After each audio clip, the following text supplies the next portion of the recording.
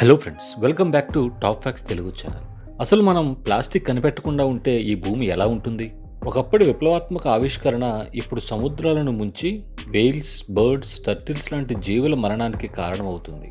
అసలు మన చుట్టూ ఎంత ప్లాస్టిక్ ఉంది? ప్లాస్టిక్ లేని జీవితం ఎంత కంఫర్టబుల్గా ఉంటుంది? ప్లాస్టిక్ని తీసేస్తే ఎన్ని రకాల జీవులను మనం రక్షించగలం?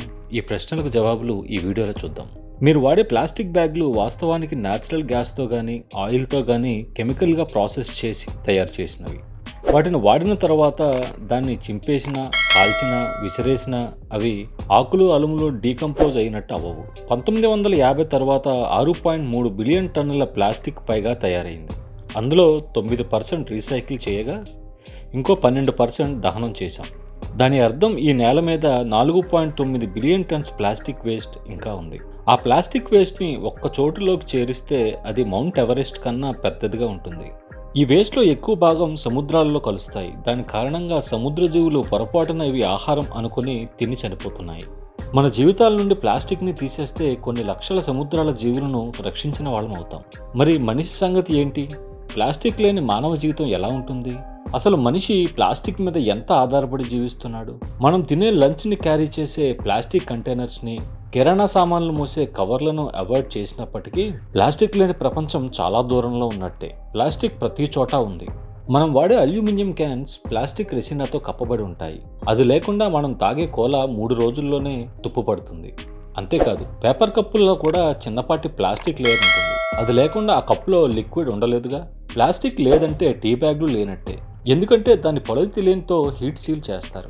ప్లాస్టిక్ లేకుండా కిరాణా సామాన్లు కొనడం చాలా డిఫరెంట్గా ఉంటుంది. మనం కొనే లిక్విడ్స్ అన్నీ గ్లాస్ బాటిల్స్లో వస్తాయి. ఇక గుడ్లు, చీజ్, మాంసం ఇలా చాలా రకాల కిరాణా సామాన్లు పేపర్లలో కానీ కార్డ్బోర్డ్ బాక్సుల్లో కానీ ప్యాక్ చేయాల్సి వస్తుంది. ప్లాస్టిక్ ప్యాకింగ్ యొక్క ప్రధాన ప్రయోజనం ఇది ఆహారాన్ని ఎక్కువసేపు ఫ్రెష్గా ఉంచుతుంది. ప్లాస్టిక్ లేకపోతే మనం తినే ఆహారంలో పెద్ద మొత్తం మనం నివసించే ప్రాంతాలకు దగ్గరలో పండించాల్సి వస్తుంది. ఇంకా చాలా ఆహార పదార్థాలు సీజనల్గానే అవైలబుల్గా ఉంటాయి. అంతేకాదు, వీటి ద్వారా వచ్చే ఆర్గానిక్ వేస్ట్ చాలా ఎక్కువ. అవి మనకి పెద్ద తలనొప్పిగా మారుతుంది. ఇక మనం వేసుకునే బట్టలు న్యాచురల్ ఫైబర్స్కి పరిమితం అయిపోతాయి. ప్లాస్టిక్ లేకపోతే polyester socks, nylon dress, acrylic sweaters లాంటివి ఉండవు. హీట్ ఇంకా వాటర్ రెసిస్టెంట్ లాంటి సేఫ్టీ వేర్ కూడా ఉండదు. అంతేకాదు, ప్లాస్టిక్ లేకపోతే మొబైల్ కంప్యూటర్లలో వాడే అతి తక్కువ ఖరీదైన సర్క్యూట్స్ ఉండవు. 1910లలో కనిపెట్టిన ఎలక్ట్రానిక్స్లలో కూడా బకిలైట్ లాంటి ప్లాస్టిక్ వాడారు. ప్లాస్టిక్ లేని ప్రపంచం 1870లలో నివసిస్తున్నట్టు ఉంటుంది. ప్లాస్టిక్ లేకపోతే సరసమైన ధరలకే లభించే ఎలక్ట్రానిక్లో మనం సాధించిన పురోగతి ఎప్పటికీ జరిగి ఉండేది కాదు.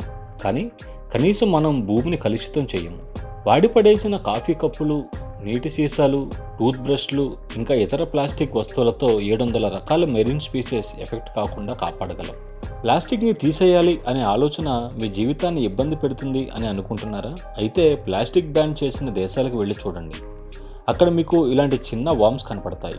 6000 వ్యాక్స్ బాంబ్స్ ఒక ప్లాస్టిక్ బ్యాగ్ని 1 గంటలోనే తినేయగలవు. ఈ వీడియో మీకు నచ్చినట్టయితే లైక్ చేసి షేర్ చేయండి. ఛానల్ని సబ్స్క్రైబ్ అవ్వటం మర్చిపోవద్దు. Thanks for watching.